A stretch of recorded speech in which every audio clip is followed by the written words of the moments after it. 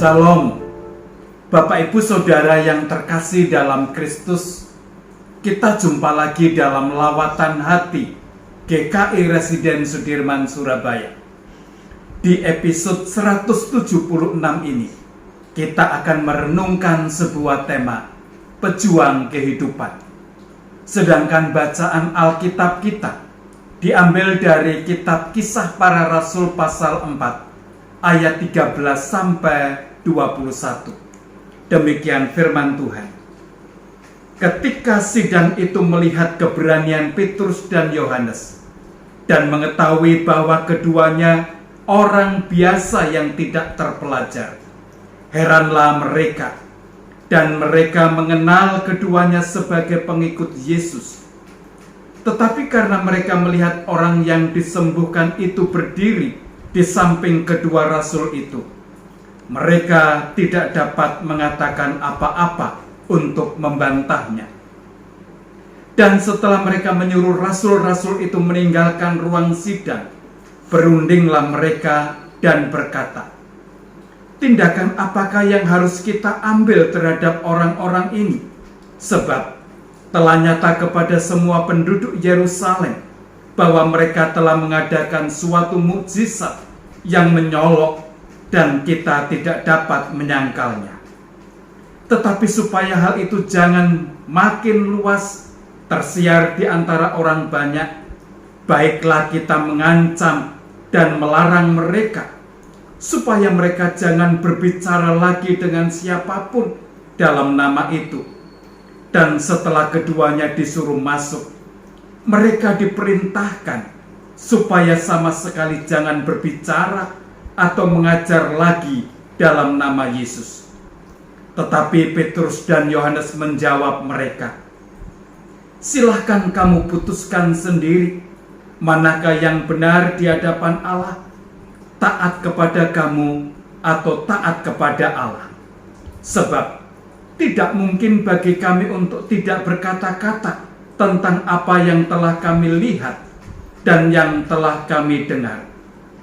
Mereka semakin keras mengancam rasul-rasul itu, tetapi akhirnya melepaskan mereka juga, sebab sidang tidak melihat jalan untuk menghukum mereka, karena takut akan orang banyak yang memuliakan nama Allah, berhubung dengan apa yang telah terjadi. Demikianlah sabda Tuhan.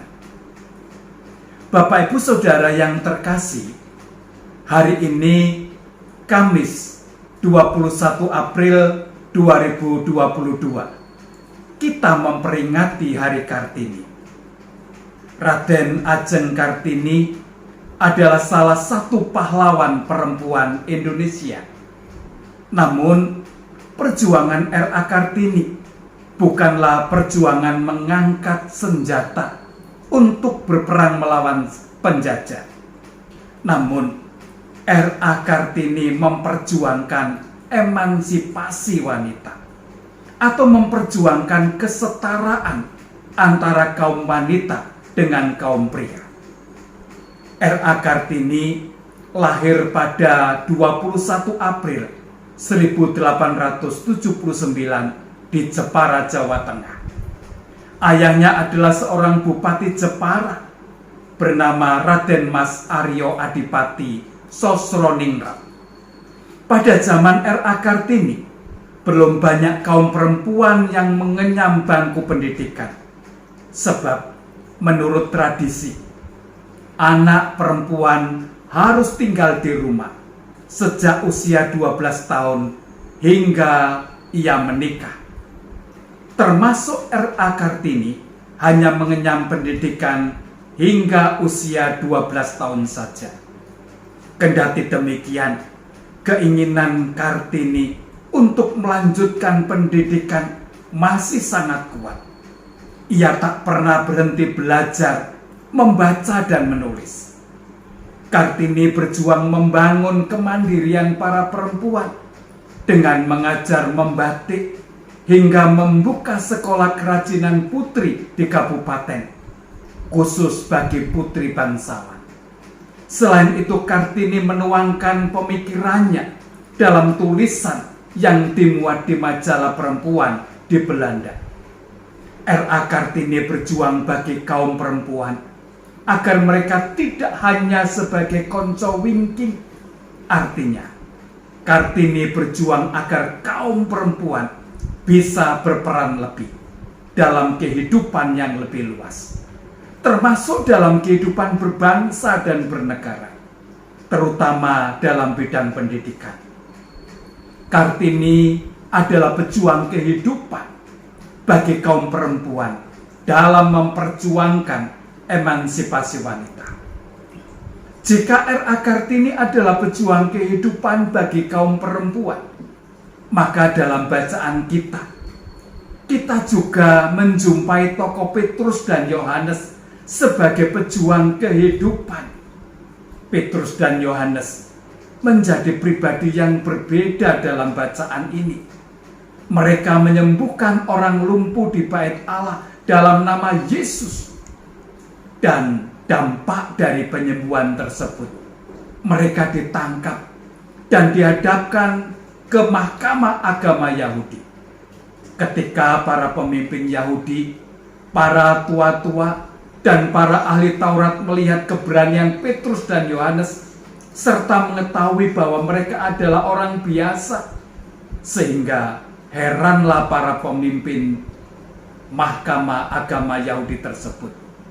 Bahkan ketika mereka mengetahui bahwa Petrus dan Yohanes adalah pengikut Yesus, maka mereka tidak bisa berbuat apa-apa, karena orang yang disembuhkan tersebut berada di samping Petrus dan Yohanes. Para pejabat pengadilan agama mengancam dan melarang Petrus dan Yohanes agar tidak berbicara dan mengajar dalam nama Yesus. Namun Petrus dan Yohanes menjawab, "Silahkan kamu putuskan sendiri manakah yang lebih benar di hadapan Allah, taat kepada kamu atau taat kepada Allah. Sebab tidak mungkin bagi kami untuk tidak berkata-kata tentang apa yang telah kami lihat dan yang telah kami dengar." Ayat 19 sampai 20. Kuasa kebangkitan Kristus dan kuasa Roh Kudus yang memberi keberanian kepada Petrus dan Yohanes dalam mengambil sikap untuk tetap menyuarakan kebenaran yang tidak terbantahkan, yaitu bahwa Yesus Kristus telah mati dan bangkit, dan hanya dalam namanya ada kuasa dan keselamatan. Walaupun mereka berada dalam tekanan, namun mereka percaya bahwa Tuhan menyertai mereka.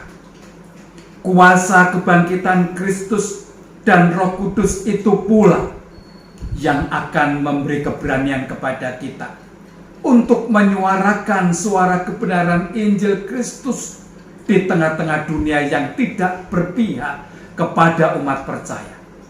Kita juga percaya bahwa Tuhan selalu menyertai kita.